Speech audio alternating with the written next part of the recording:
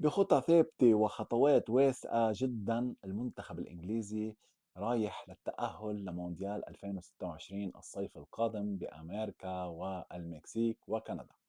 منتخب الأسود الثلاثة بقيادة أجنبية هالمرة للمرة الثالثة بتاريخه، طبعا بعد ما سبق وأنقذوا الراحل السويدي سفين جوران إريكسون إضافة لفابيو كابيلو المدرب الإيطالي الشهير، وحاليا بالنكهة الألمانية مع توماس توخيل.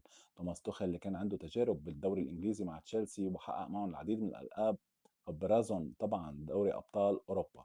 المنتخب الإنجليزي الصيف القادم بده يسعى لإعادة الكأس للندن، كأس طال غيابه جدًا، جدًا منذ عام 1966 عندما فاز المنتخب الإنجليزي باللقب وقتها أمام منتخب ألمانيا بالمباراة النهائية، مع العلم إنه المنتخب الإنجليزي بآخر نسختين من اليورو حل بالمركز الوصيف، وطبعًا الطموح حاليًا هو كأس العالم ولا شيء غيره مع وجود نخبة من اللاعبين الإنجليز.